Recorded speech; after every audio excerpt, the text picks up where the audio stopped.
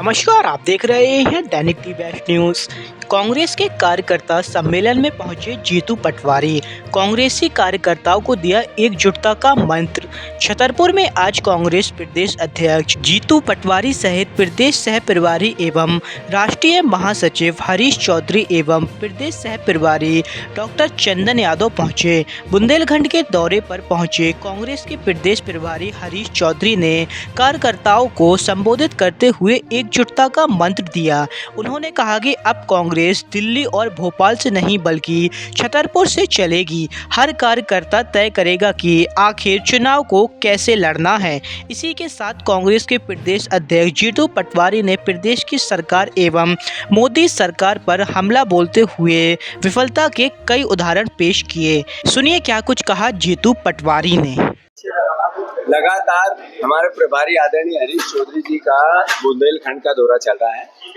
इससे पहले प्रदेश के लगभग 20 जिलों में हम गए हैं। उद्देश्य है हमारे जो विपक्ष की भूमिका का दायित्व कांग्रेस पार्टी को मिला है, प्रदेश की जनता ने दिया है। साथ ही साथ संगठन को मजबूत कैसे करें इसकी चर्चा करने के लिए कार्यकर्ताओं से संवाद की भावना विधानसभा वार कैसे करें। कल हम निवाड़ी थे, टीकमगढ़ थे, आज हम छतरपुर हैं। जिस तरीके का कार्यकर्ताओं का हौसला है, जिस तरीके का उनका जज्बा है, ये मैसेज देता है कि कांग्रेस पूरी ताकत से वापस जैसी थी वैसी खड़ी हो गई है। अब हम हमारा दायित्व निभाएंगे। हम पूछेंगे कि क्या हुआ मोदी गारंटियों का। हम पूछेंगे कि क्या कारण है कि सरकार को क्यों माफियाओं ने घेर लिया। कितना बड़ा करप्शन देश और दुनिया में कहीं देखने को नहीं मिलता जो मध्य प्रदेश में है। ऐसा एक विभाग नहीं बचा, ऐसा एक थाना नहीं बचा जहाँ बिना भ्रष्टाचार से कोई काम होता हो। जो वल्लभ भवन है, अगर सारे मंत्रियों की जांच हो जाए तो एक भी मंत्री जेल की सलाखों के पीछे रहेंगे, बाहर नहीं आ सकते। इस तरह के हालात हैं। सरकारी जमीन पर भारतीय जनता पार्टी के नेता कैसे कब्जा करें, बस रात दिन इसकी एक तरह से होड़ लगी। जैसा मैंने कहा, कांग्रेस को विपक्ष की भूमिका मिली है, हम पूरी ताकत से निभाएंगे। अरे नरेंद्र मोदी जी ने कहा था हम दुनिया में भारत को विश्व गुरु बनाएंगे।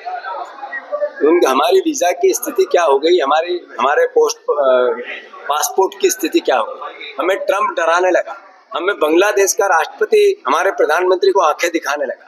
चाइना ने हमारे देश पे कब्जा कर, हमारे देश की जमीन पे कब्जा कर लिया। आखिर क्या हालात हो गए कि जो विश्व गुरु की बात करने वाले डॉलर का मुकाबला कर रहे थे, वो डॉलर अत्यधिक अकल्पनीय रुपए से ऊपर पहुंच गई। आखिर इसके लिए दोषी कौन है? अरे आपने कहा था देश हम ऐसा बनाएंगे जिसके आप आने वाली पीढ़ियों को एक तरह से संदेश देंगे। सबसे बड़ा बेरोजगार देश हमारा बने, किसानों का कर्जदार देश हमारा बने। सबसे ज्यादा भ्रष्टाचार देश में होता है और ईडी और इस तरह की एजेंसियों का दुरुपयोग विपक्ष को डराने के लिए होता है। ईडी की स्थिति क्या है? सोनिया गांधी को सम्मन दिया, सोनिया गांधी पर चार्जशीट की। हालात ये है कि 36 विपक्ष के नेताओं पर आपने ईडी से कार्रवाई कराई, 30 बीजेपी में वापस चले गए, धो दिए।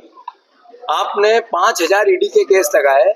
उस 5000 ईडी के केस में 1000 लोगों ने भारतीय जनता पार्टी को चुनावी बांड में चंदा दे दिया। आपने 5000 केस में 0% रिजल्ट आज तक किसी को दोषी नहीं ठहराया। आखिर किस तरह का देश बनाना चाहते हैं? ये अलोकतांत्रिक नहीं है तो क्या है? ये अघोषित इमरजेंसी नहीं है तो क्या है? तो मैं मानता हूँ कांग्रेस वो पार्टी है जिसने देश के संविधान का निर्माण किया। हमारे ही महापुरुषों ने देश को आजाद करा, हमारे ही महापुरुषों ने देश का संविधान लागू किया। हमारी ड्यूटी है आज की पीढ़ी की कि हम संविधान की रक्षा करें। और मैं मानता हूँ ये देश सभी का है, ये देश से प्यार मोहब्बत और प्रेम का है। भगवान राम की जो सीख है, जिसमें सिर्फ मानवीय अवधारणाओं की हमें सीख दी जाती है। भगवान राम को सिर्फ हिंदू ही नहीं मानते, सभी धर्मों के लोग उनके आदर्श को मानते हैं। ये हमारे लिए भारत की जो प्राचीन सभ्यता और परंपरा उसकी सीख है। मैं मानता हूँ वसुदेव कुटुंब की बात हमारे जहन में है, प्राणियों में सद्भावना की बात हमारे जहन में है, हमारे जहन में इंसानियत और मानवता की बात हमारे जहन में, उसके कांग्रेस पार्टी रक्षा करे। आपने हिंदू के राम की बात की है, ये मैंने ये बोल दिया। हमारा राम, हिंदू का राम, सबका राम एक ही बात कहता है, मानवीय अवधारणाओं की रक्षा करे।